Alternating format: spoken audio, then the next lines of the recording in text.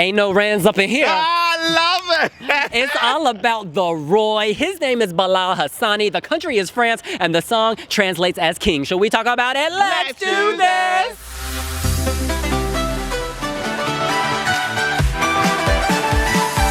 Learn about the kings and queens in your family's history with My Heritage. You guys, Bilal Hassani promised us a revamp, and guess what? He delivered a revamp, honey. This is Bilal 2.0. This is Roy 4.0. This version is next level. The thing that stands out to me is the drum beat, tick, tick, tick, giving the song rhythm, giving it life. And then the staging. This opens with Bilal. It's almost like bionic. You see his face. Yeah. And he's not a robot. He's many things. Robot, woman, man, tears, fluorescent tears. All this art projected on his face. And that's really challenging. You have to stand so still. Think Victoria from Melodifestivalen, but for the face. But guess what? He don't need no saving. Bilal don't need no saving. He's wearing all white, platinum blonde hair, purity. The gates of heaven opening. They are clearly located in Paris, just above, because this is a French vision of heaven, honey. Very clean, very crisp. He's supported, I believe, by 2 dancers, I would say. They're not singing, they're just dancing. Just dancing. Yeah. One of these women, how do I say this? Plus size, yes. She's a real woman, actually. A real woman. And then the other singer appears to be deaf because she was signing, I believe, backstage, and the PR confirmed to us that she was deaf. So the point is, beauty across all, the beauty everywhere, okay? It's not all about stick thin people, okay? These women have gifts, they have talents, and they're putting them on show alongside Bilal. I like the use of women, because the song is called King, but women can be kings, okay? You know what? And I like that. I really want you to emphasize on that point, because that was one of my points as well. Women can be kings, okay? Women can be queens. I just keep on saying it. And I love it. I think people will understand this instantly. The celebrate diversity theme. All these 3, including Bilal, who works the androgyny, works the LGBTQ flavor, all of them slay in their own way. And it's actually quite touching. Them paired with the music, the bright lights. This has gone from being mid-table to me to being a threat to win, depending on running order, depending on live vocals, which he nailed today, by the way. Yeah. If the circumstances align, if the stars align, we may just be looking at the brightest star in the sky.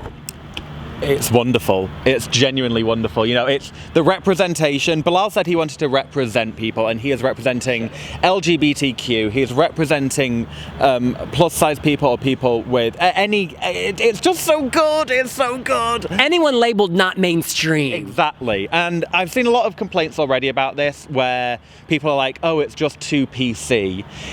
If you're going to complain about that, and if you think that everything is hunky-dory in everybody's lives and that there's no problems with stuff like that, then good for you, enjoy your life. Because the reality is, there are a lot of people who are going to resonate with the message that he is putting across. It's beautiful. And for somebody so young, and for somebody with just endless potential, it's genuinely moving to see this message being put across on the Eurovision stage.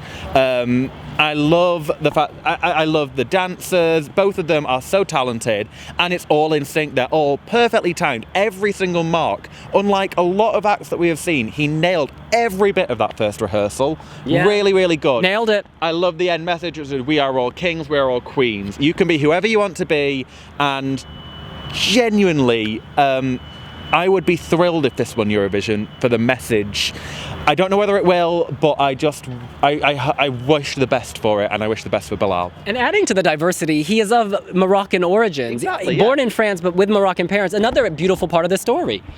I haven't been seeing many of the rehearsals, but I thank God that this is one that I didn't actually miss. Bilal Hassani's shot opens with I Am Me, and Technicolor tears, again signifying the breadth of diversity. Out of pain, out of deep sorrow, out of deep insecurity, there can be slayage. And that's what this represents, that there is light at the end of the tunnel. You have to celebrate your own kingdom. You really have to bring that to the foreground. This is strong. It's so funny because Bilal Hassani, is seen coming into this, Big Five, which is good, but he actually earned that spot to get part of France. Yeah. Tough competition. Tough competition, Destination Eurovision. The hey Ran, hey boo, hey ba. Yeah. People start to kind of look at you like you're not even in the competition to kind of compete, but just to appear. I can tell you one thing. If we're resetting the scores now, this is my 12 points. Yes. This is I was so moved, so touched, not just for the actual dancers and what she brings to the table. The choreography is very intertwined. The messages on the screen is very affirming and also quite descriptive, because when the deaf dancer came on, she was deaf. And then there's a story here. There's a visual story, it's unpacking, it's unfolding, and Bilal Hassani is at the center of it all. And yes, you see this androgynous figure. It's not even quite clear what gender she sits at, but does it really matter? She's working that wig and she's working every emotion imaginable. It's not easy to stand in front of a projector and have, these kind of inscriptions on your face and still singing. I mean, she wasn't silent in that shot. She was singing. Bilal Hassani is really powerful. Regardless of where this finishes, this will be one of the most memorable Eurovision clips of all time. He deserves a big stage. The Destination Eurovision stage was too small for him. The song was not big enough for him. Now he has a song that's appropriate to his talent. It highlights his strengths vocally, visually, and the stage is sufficiently grand to match his extravagance. He is lavish. He is expensive. He is bigger than us. Nodding to the United Kingdom.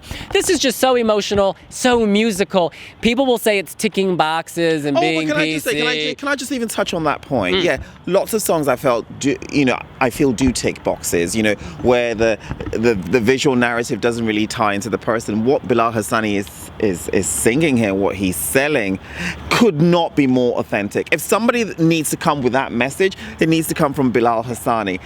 Yes, it may tick the box of like the plus size box, but as a narrator, he is so compelling. It is so believable, and he believes in his message vocally, though. Yeah. Bilal Hassani. The growth. I can't believe it, because there were hits in some of those live clips that we saw. Next level. Oh my God. I am so happy, so impressed. And this is one entry that, I liked. I wouldn't say that I loved, but now I feel like I'm rooting for.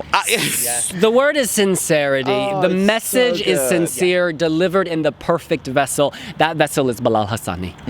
Because it created this emotional feeling for all three of us, and we've all had different experiences. Yes, we are all LGBT, but everybody grows up, and you all have experiences where you feel like you're not represented in some way.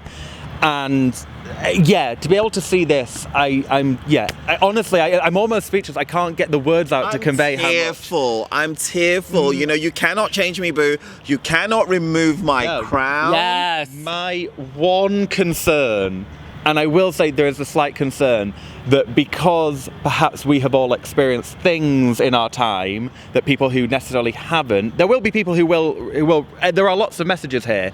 There is the slight chance that we are maybe feeling it more so, because we also know Bilal, we know his story. I'm just saying, I would love this to do well, and I don't think that is the case, but I'm just putting in case. I respect your point. I hear you. I see you. I think he's deliberately, he styles himself androgynously to appeal to different people. His sexuality is unclear.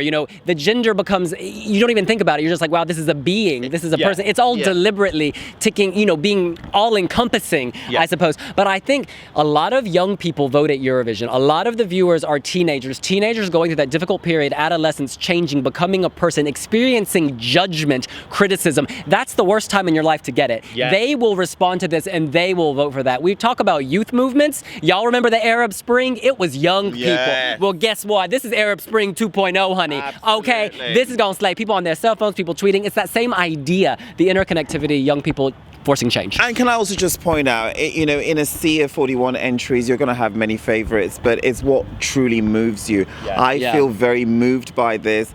And for me, that's victory in itself. If you can touch people so deeply, and don't forget, I've seen so many runs of this, and if I can still have feel that kind of impact, and that it pierced through me. Musically, visually, emotionally. This is the Holy Trinity. In any case, that's what we think. What do you think? Is France in this to win this? Has Bilal grown with you? Did you see the staging and did you love it? Let us know here on wiwibloggs. You can leave a like, you can leave a comment, hit that subscribe button and ring that notification bell. Follow us on multiple social media platforms. If you were on that live stream, that applause in that press center when Bilal Hassani performed blew the roof. And we're still live streaming, so follow us on that too. Bilal may be ascending, but you can descend into your family's history with my heritage. We'll see you later. Bye!